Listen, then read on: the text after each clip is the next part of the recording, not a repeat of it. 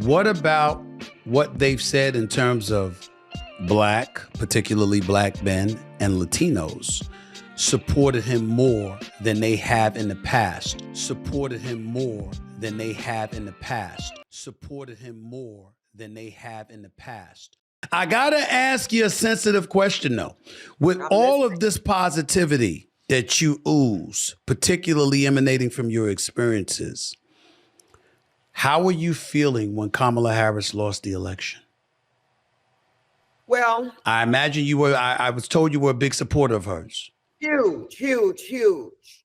If only to stop that thing from doing whatever he's planning to do. But I got to tell you something. I told the kids, and still I rise. We know how to fight. It's not new to us. And when I say us, I'm talking about the world. Because here's a song I wrote. We gonna be all right if we stand as the people. We gonna be all right if we trust with the people. We gonna be all right if we rise as one people. And I believed that Kamala Harris would have done that. This thing is divisive, cruel, and evil, insane, narcissistic, and he's a sociopath. But honey, we are the people. And we're not gonna allow this dictatorship. I told everybody you can be scared, but we must be unafraid. Now, how do you fight? You go to your city council meetings. You go to your zoning meetings. And you'll know who's raising your rent. Educate yourself, because you're losing your rights. And I'm talking to the Gen Zs and the millennials now. You ain't gonna have no pension if you don't fight. You ain't gonna have Social Security or health care if you don't fight. So learn how to fight. Listen to smart people. Listen to Steve. Listen to Stacey Abrams.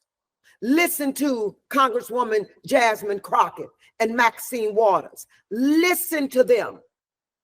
Listen to who knows what roads to take now. Because this Republican Party ain't playing. Let me ask you this. What about what they've said in terms of black, particularly black men and Latinos, supported him more than they have in the past?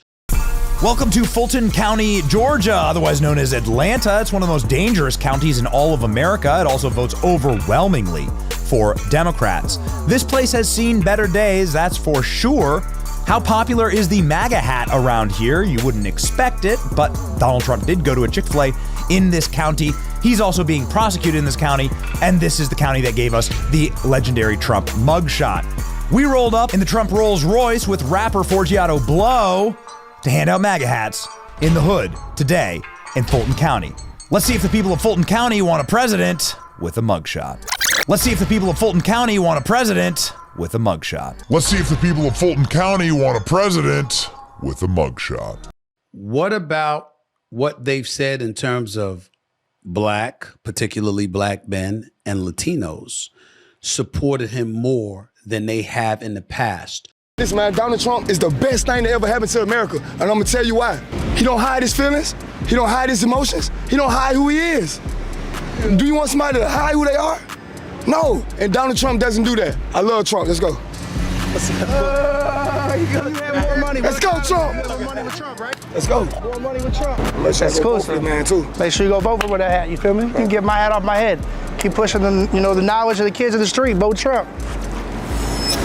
The terms of the April 16th, 1862, the Emancipation Act, required any owner of slaves living in Washington, D.C. to document each of the enslaved persons, give their names, give a physical description of each person, and give an estimated value of each person. This act established 3 commissioners to hear petitions from slave owners in the District of Columbia applying for payment for their slaves. Congress paid slave owners to give up their slaves.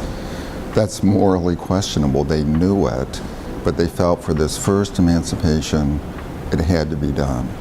So Donald Trump says he believes in reparations for white people who have suffered under DEI, diversity, equity, and inclusion. Here it is. Of justice to pursue federal civil rights cases against schools that continue to engage in racial discrimination and schools that persist in explicit unlawful discrimination under the guise of equity will not only have their endowments taxed, but through budget reconciliation, I will advance a measure to have them fined up to the entire amount of their endowment. A portion of the seized funds will then be used as restitution for victims of these illegal and unjust policies that hurt our country so badly. Colleges have gotten hundreds of billions of dollars from hardworking taxpayers, and now we are going to get this anti-American insanity out of our institutions once and for all. We are going to have real education in America. What's up, Trump? I get you a MAGA hat? You want a MAGA hat, my brother? For sure. I don't know what they got to say about Trump, but I know what I got to say about him. I'll with him. Excuse my language. Get you one right there, my man. Thank you. Yep. Y'all want a hat? Free hat? I love him. He for the community. Community, for the people. For the people. Help people get money, care about people, right? Trump 2024. Trump 2025. 2024 over with. I like America. I want America to be great. He says he's gonna do it, so hey, I'm putting my word in him. Yeah, man. Trump, man. Vote Trump, man. Make America great again. Tell me the reason why you just said though. Oh, Trump like that money. He ain't racist, man. What about what they've said in terms of black, particularly black men and Latinos, supported him more than they have in the past?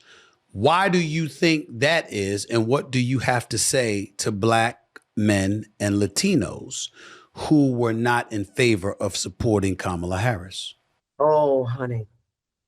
Oh, honey. When your favorite niece and your 13-year-old daughter is raped by your alcoholic brother or the next door neighbor, and she tries to abort that baby inside of her from a rape, you're going to regret that. They want to keep women in their place. It's so disgusting. I can't even put words to them voting for her. They didn't vote for her, didn't vote because she was a woman. They didn't care that she was smart and powerful, educated, beautiful, kind, joyful, fearless. She would have taken care of this country. She would have protected the people. She would have surrounded herself with great minds. But keeping women in their place was more important to them. And black men, that was just shocking because, honey, he's going to give the military and the police permission to shoot you in your back, and there will be no immunity. I said, crime is at a level like we've never seen. It's rampant, it's rising. Okay, he interrupts me. I'm sorry, sir. Crime in this country has gone down. I said, without looking at numbers, is there anybody in this room that think that crime has gone down? It's gone through the roof, and largely because of migrant crime. It's not only that. In New York, you can't walk into a drugstore now. It's like you're in a prison of glass. If you want to buy aspirin, you have to wait 45 minutes for a clerk to come up and open because what's gone on. And every drugstore, I just lost one. I had a nice tenant. I just lost a tenant. I had a beautiful tenant at 40 Wall Street. I just lost a tenant. They opened a big chain drugstore. Big, beautiful chain. They opened. They were doing such great business. 40 Wall Street, right across from the stock exchange. They gave me notice. They said, we're going to have to close because the shelves, the people walk in, they just take everything they want. They walk out of the store. What the hell is going on? See, we have to let the police do their job. And if they have to be extraordinarily rough. And you know, the funny thing with all of that stuff, look at the department stores, same thing. They walk into you see these guys walking out with air conditioners, with refrigerators on their back, the craziest thing. And the police aren't allowed to do their job. They're told, if you do anything, you're gonna lose your pension, you're gonna lose your family, your house, your car. The police want to do it. The Border Patrol wants to do it. Border Patrol, they're incredible. They want to do it. They're not allowed to do it because the liberal left won't let them do it. The liberal left wants to destroy them, and they want to destroy our country.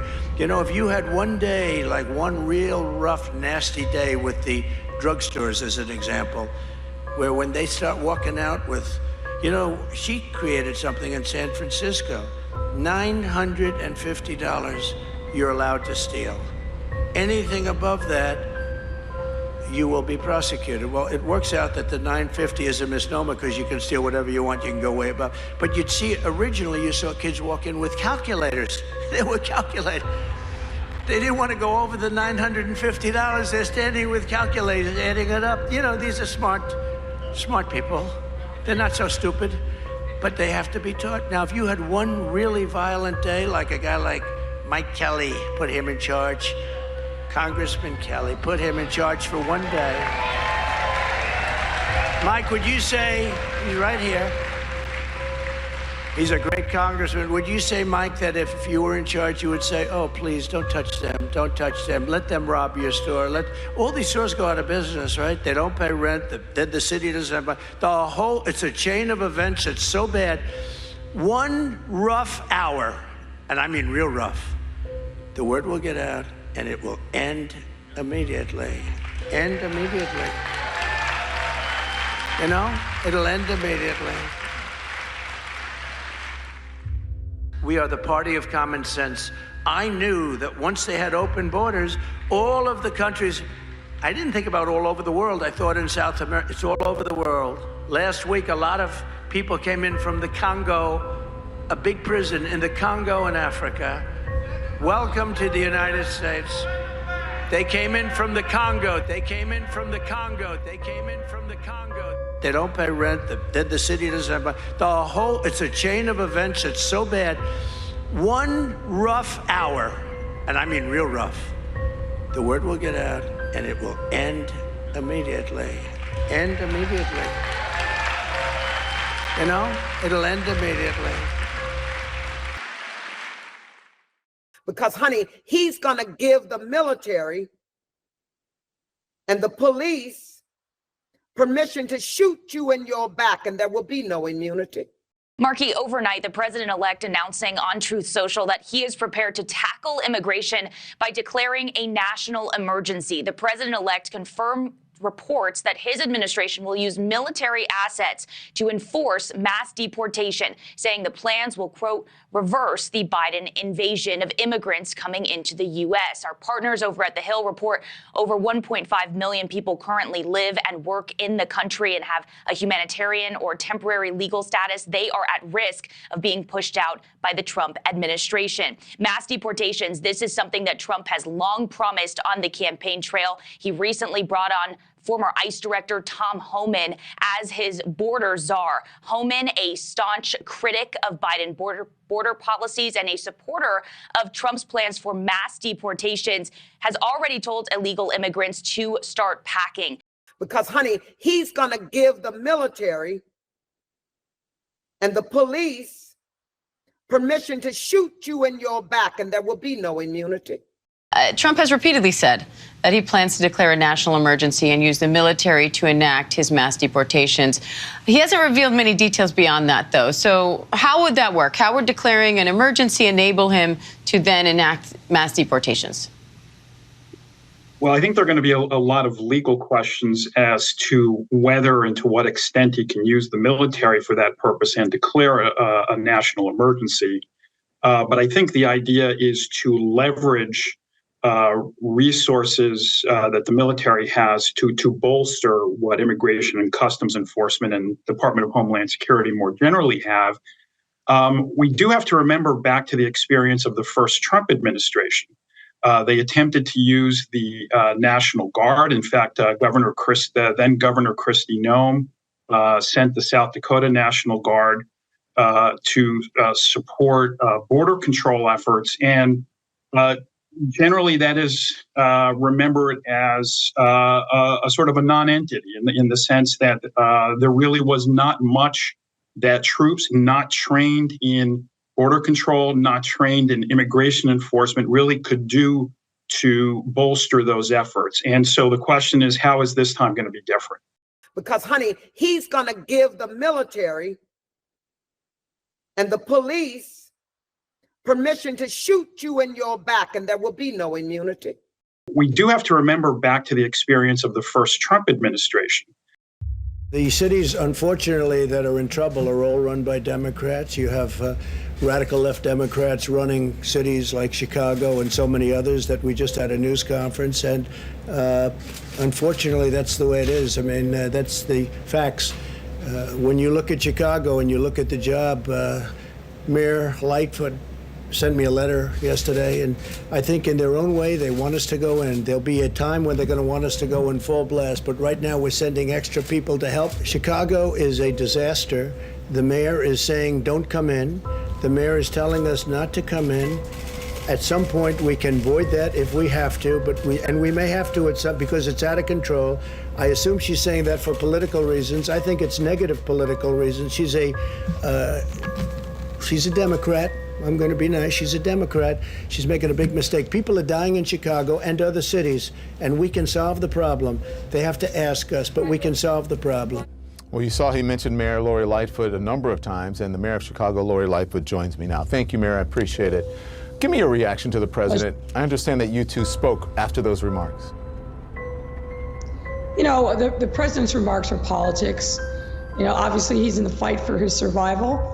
So I'm not surprised that he is targeting Democratic mayors, whether it's me, whether it's Keisha Lance Bottoms, Jenny Durkin in Seattle, or Muriel Bowser in Washington, D.C.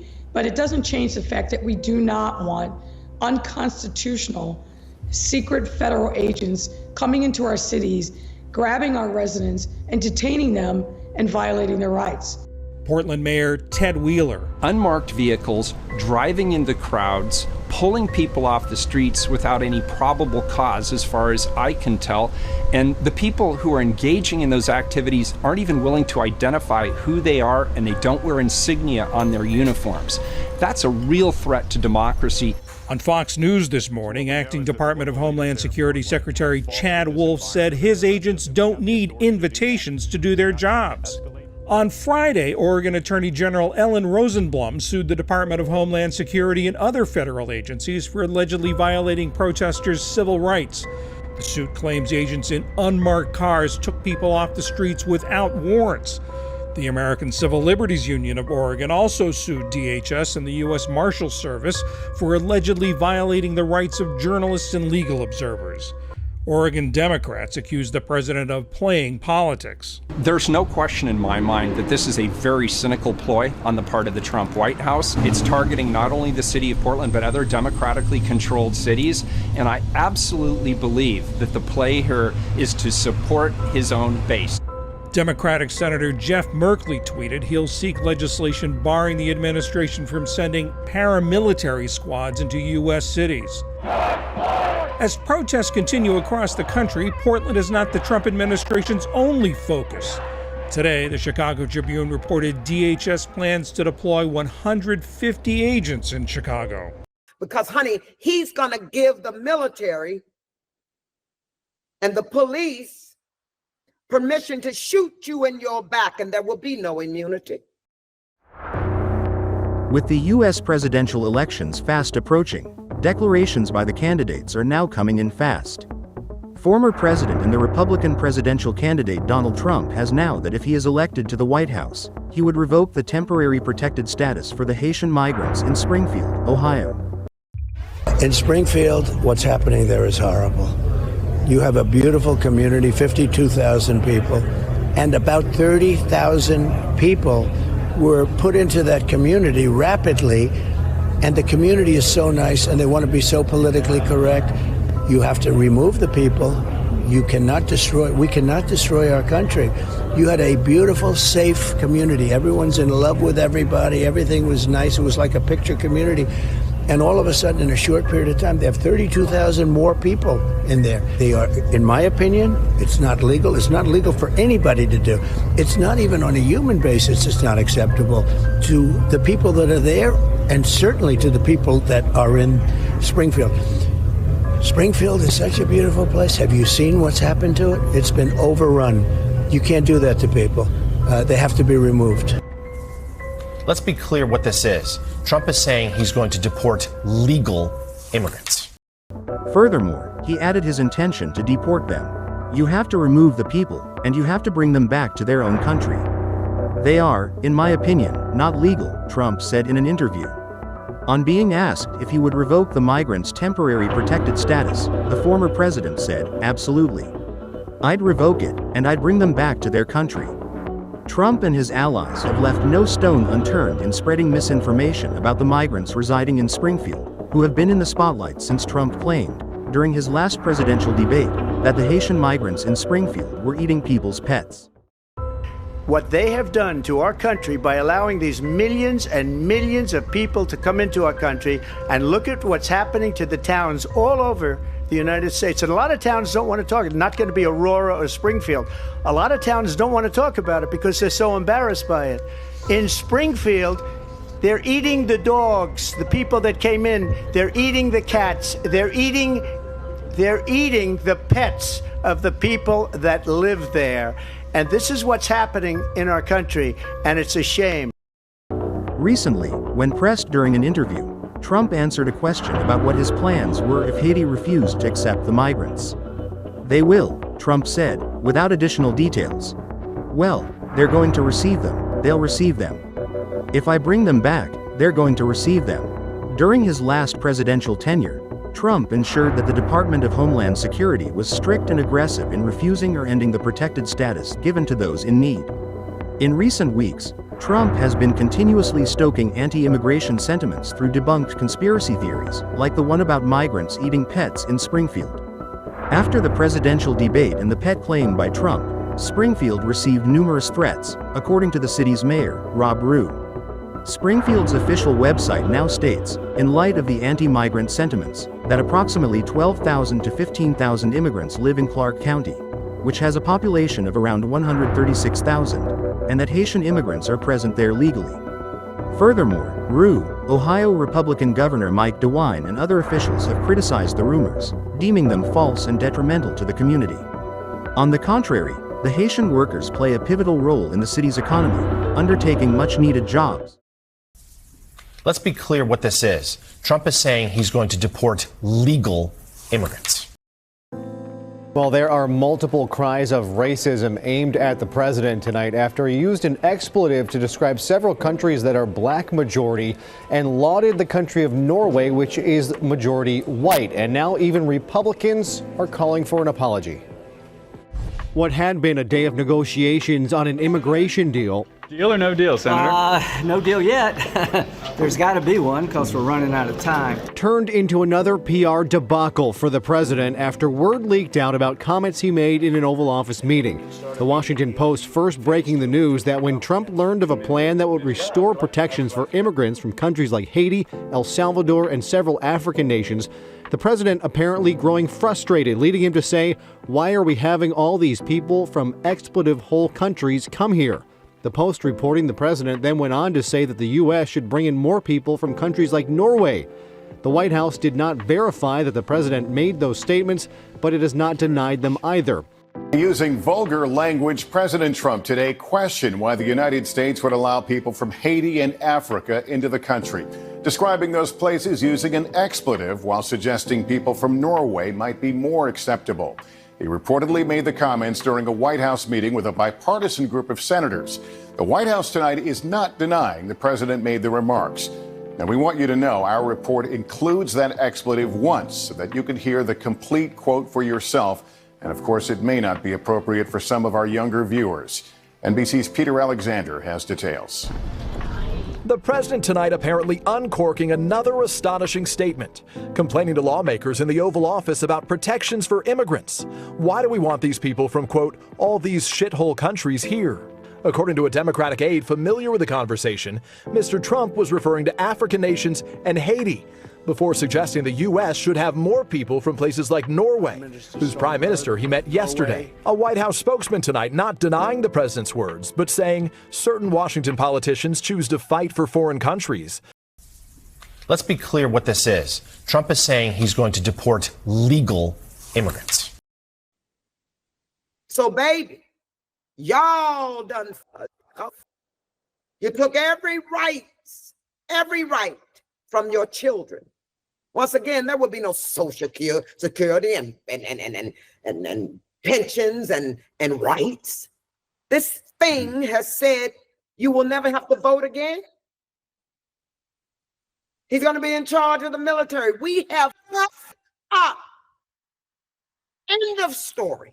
You don't think it was a simple situation of looking at the economy, looking at inflation, looking at crime and saying, excuse me, providing and protect. And as men, that's what we want. And as a result of that, I mean, I voted for her. I wasn't voting for him. But speaking to men who felt differently, they didn't think about Roe v. Wade. They didn't think about stuff. They thought about the economy, money in their pockets, and safety in the streets.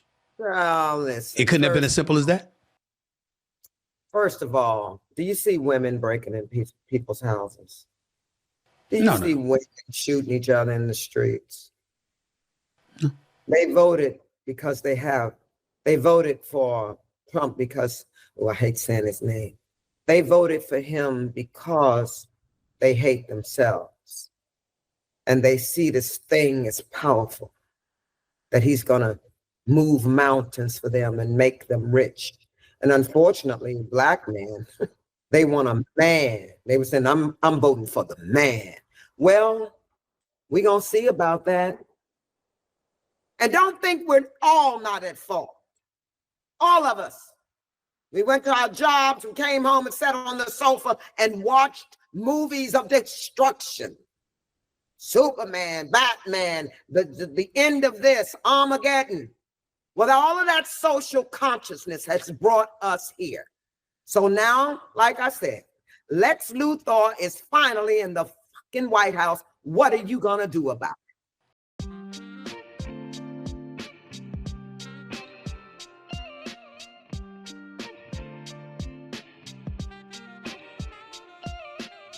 They want to keep women in their place. It's so disgusting. I can't even put words to them voting for her. They didn't vote for her, didn't vote because she was a woman. They didn't care that she was smart and powerful, educated, beautiful, kind, joyful, fearless. She would have taken care of this country. She would have protected the people. She would have surrounded herself with great minds. But keeping women in their place was more important to them. But keeping women in their place was more important to them.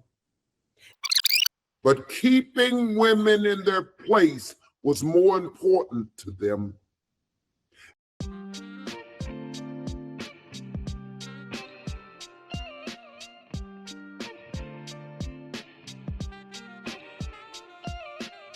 Well, today on the podcast, ladies and gentlemen, Democrat Shill, Jenifer Lewis, she's really, I think she lost her mind after this election, ladies and gentlemen.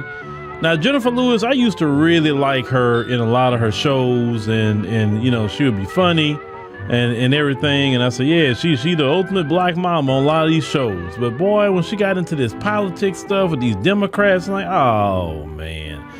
Why, sister? Why? That's the first thing I just say. I'm like, just y'all stay away from the politics. Just keep it on your craft. And that way people don't see how silly you are sometimes, right? Just y'all stay away from the politics. Just keep it on your craft. Just y'all stay away from the politics. Just keep it on your craft. But keeping women in their place was more important to them. Just y'all stay away from the politics. Just keep it on your craft, and that way people won't see how silly you are sometime, right? And that way people won't see how silly you are. And that way people won't see how silly you are. And that way people won't see how silly you are.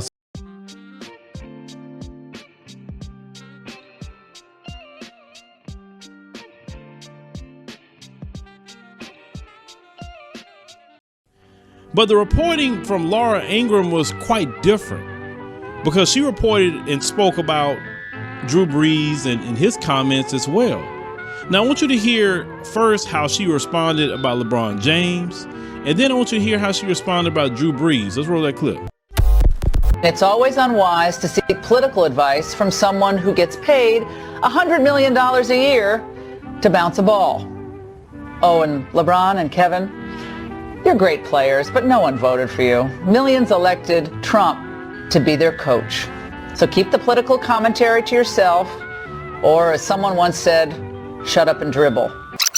So keep the political commentary to yourself. So keep the political commentary to yourself.